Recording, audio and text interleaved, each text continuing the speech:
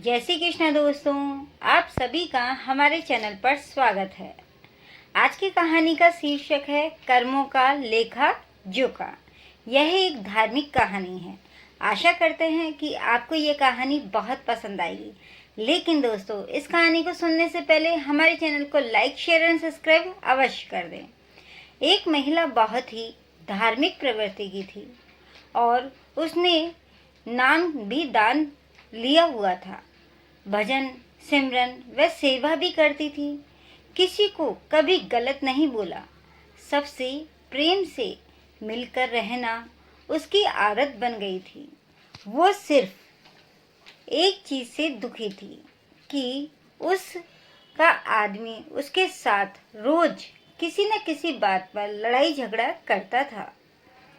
उस आदमी ने उसे कई बार इतना मारा कि उसकी हड्डी भी टूट गई थी।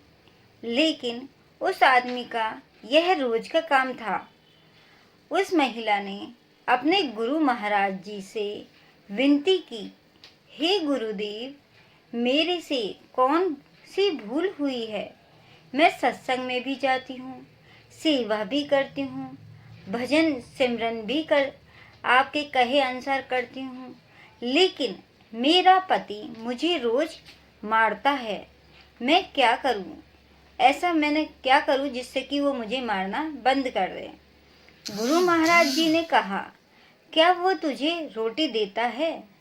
महिला ने कहा, हाँ जी, रोटी तो देता है, लेकिन वो मुझको मारता पीटता बहुत है। मैं उससे बहुत परेशान हूँ। गुरु महाराज जी ने कहा, फिर ठीक है, कोई बात नहीं। उस महिला ने सोचा कि अब शायद गुरुजी की कोई दया हो जाए और वो उसको मारना पीटना छोड़ दे।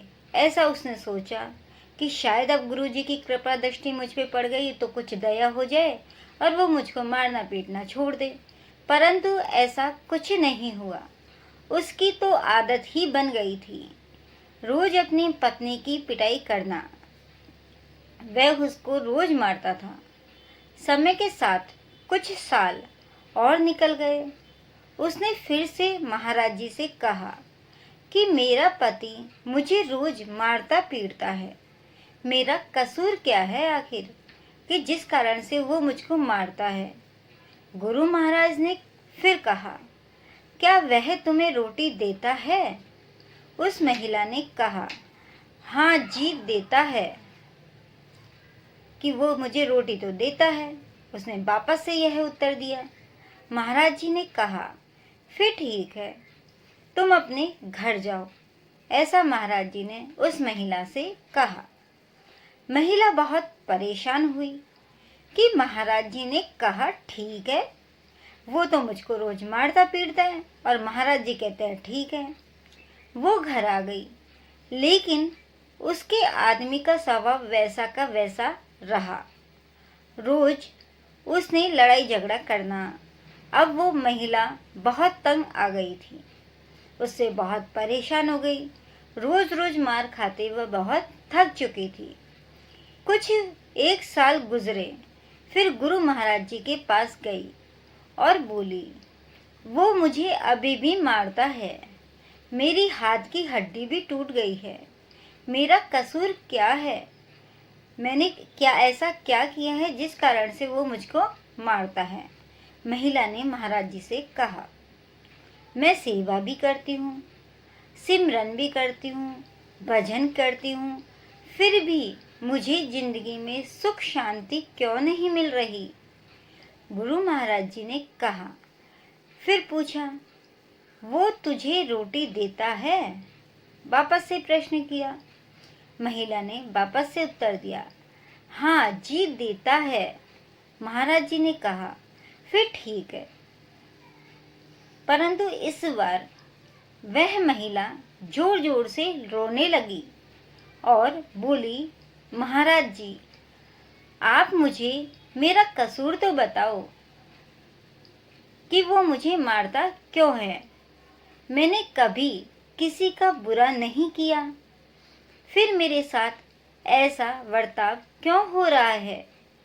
आप कह देते हो ठीक है, लेकिन वो तो ठीक होता ही नहीं है। महाराज जी कुछ देर शांत हुए, फिर बोले, बेटी, तुम्हारा पति पिछले जन्म में तुम्हारा बेटा था और तुम उसकी सौतेली माँ थी। तुम रोज उसको सुबह शाम मारती रहती थी और उसको कई कई दिन तक खाना नहीं देती थी। भगवान का शुक्र है मना कि इस जन्म में वो तुझे रोटी तो दे रहा है। ये बात सुनकर महिला एकदम चुप हो गई, उसकी बोलती बंद हो गई। गुरु महाराज जी ने कहा, बेटा, जो कर्म तुमने किए हैं उसका फल तो तुम्हें अवश्य भुगतना ही पड़ेगा। फिर उस महिला ने कभी महाराज जी से शिकायत नहीं की, क्योंकि वो अब सच को जान गई थी कि पिछले जन्म में मैं इसकी सौतेली माँ थी और ये मेरा बेटा था और मैंने इसको खूब मारा था, पीटा था और रोटी भी नहीं दी थी। इस कारण से कम मुझे रोटी तो मिल रही है। इसलिए हमें भी कभी किसी का बुरा नहीं करना चाहिए। सबसे प्रेम, प्यार और शालीनता के साथ रहना चाहिए। हमारी जिंदगी में जो कुछ भी हो रहा है वह सब हमारे कर्मों का लेखा जोखा है, जिसका हिसाब किताब तो हमें देना ही पड़ेगा। चाहे हम इस जन्म में कितने ही कर्म अच्छे कर लो, कितना ही कुछ कर लो, लेकिन पिछले जन्म का कर्मों का भोग तो हमें भोगना ही पड़ेगा। जैसे उस महिला के कर्म इस जन्म में उसके आड़े आ रहे हैं और जिस कारण से उसका पति उसको मार रहा है, तो कर्म का भोग तो वो भी भोग रही है और हमको भी भोगना है। इसलिए आगे हम अच्छे कर्मों का भोग भोगे, इसलिए हमें अच्छे अच्छे कर्म करना चाहिए। यह थी आज की कहानी। दोस्तों, आपको यह कहानी कैसी लगी?